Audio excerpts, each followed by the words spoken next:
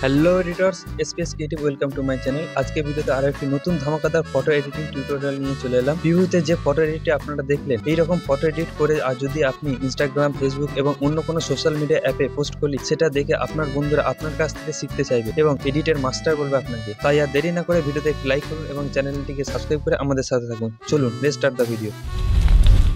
এর জন্য আপনাকে প্রথমে প্লে স্টোর থেকে ফটোরুম অ্যাপ্লিকেশনটি ডাউনলোড করে নিতে হবে এবং প্লাস আইকনে ক্লিক করে এবং যেই ফটোটা দিয়ে আপনি ফটো এডিট করতে চান সেই ফটোটা সিলেক্ট করবে এবং অটোমেটিক এখানে স্ক্যান হয়ে যাবে।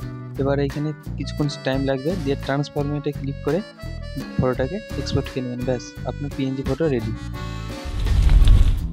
এই ভিডিও ডেসক্রিপশন বক্সে ফুল প্রজেক্টের লিঙ্ক আপনারা পেয়ে যাবেন। সেখানে ক্লিক করলে আপনাদেরকে অটোমেটিক এলাইট মোশন অ্যাপের ভিতরে নিয়ে চলে আসবে এবং ফাইলটি ইম্পোর্ট করে নেবেন। সাথে সাথে লোড হবে, লোড হওয়ার সাথে সাথে প্রথমে যে ফটোটা দিয়ে আপনি বানাতে চান সেই ফটোটা সিলেক্ট করবে। দ্বিতীয় অপশানে পিএনজি যেটা বানালেন সেটা সিলেক্ট করে নেবেন, ঠিক আছে। দিয়ে নেক্সট অপশানে ক্লিক করবেন। ব্যাস, আপনার প্রজেক্ট রেডি।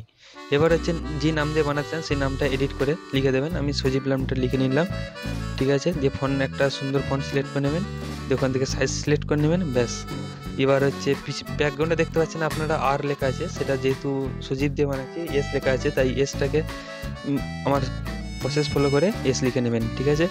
সব কিছু হয়ে যাওয়ার পর একবার ব্যাক করে নেবেন, স্ক্রিনটিকে একবার ব্যাক করে নেবেন, দিয়ে উপরে এক্সপোর্ট অপশানে ক্লিক করে ফটোটিকে এক্সপোর্ট করে নেবেন।